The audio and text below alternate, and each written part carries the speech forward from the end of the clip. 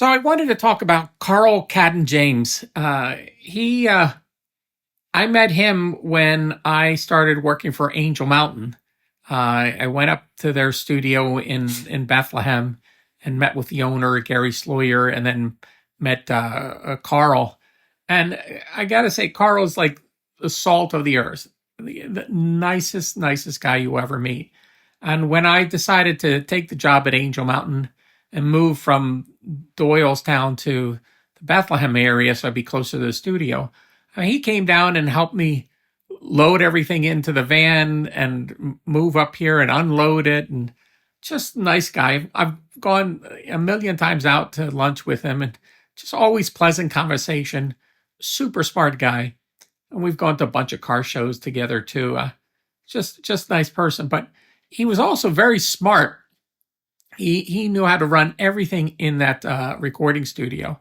So on top of that, he was the bass player.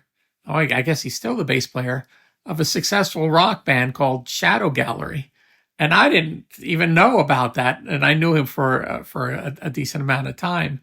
And they put out a bunch of records, and it's pretty good stuff.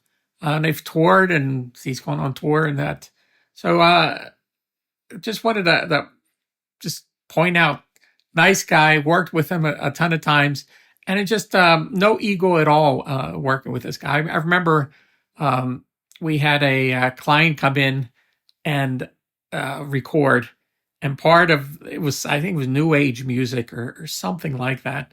And they had to use incense, and they had to cleanse the studio, and Carl went along with the whole thing to make sure that they were comfortable with the arrangement.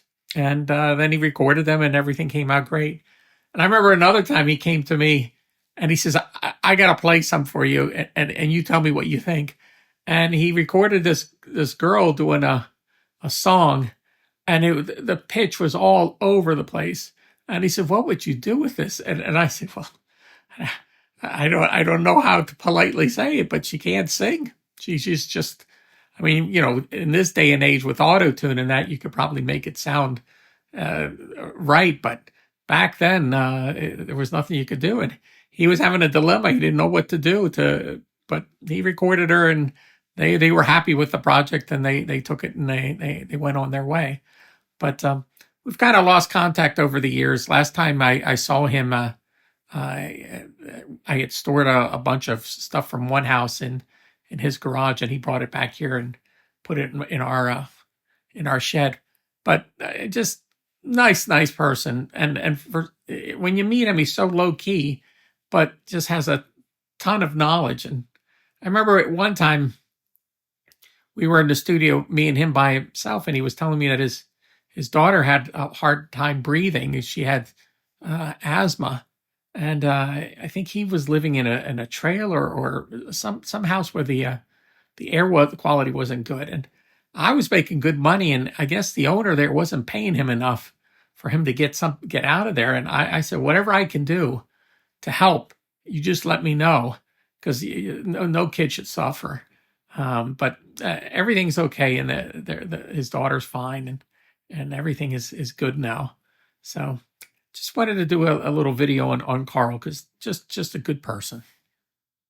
The other thing I wanted to add to Carl's story is he went on to be the audio guy for M. Night Shyamalan. So all his movies that he was doing in the Philadelphia area, Carl was the interface between M. Night Shyamalan's people and like Skywalker or anybody else.